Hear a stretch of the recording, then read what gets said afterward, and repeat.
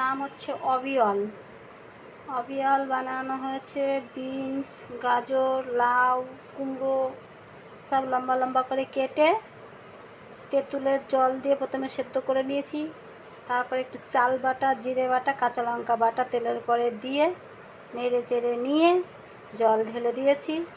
দিয়ে ফুটে গেলে নামিয়ে রেখে ঠান্ডা করে তার মধ্যে আবার দই গুলিয়ে দিয়ে দিয়েছি। এই হচ্ছে সবজি।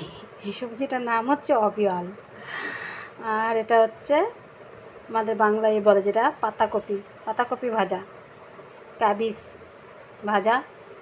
এই হচ্ছে এখানকার তরকারি, যেটা বলি আমরা তরকারি, আর এটাকে বলে অবিয়ল, আর এটা ক্যাবেজ ভাজা। যাই হোক হলো, এই হচ্ছে খাওয়া দাওয়া হয়।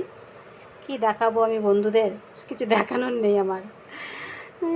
প্রতিদিনই একই রকম রান্না হয়, কি আর বলবো। যাই হোক, কে কে খেয়েছো এরকম খাবার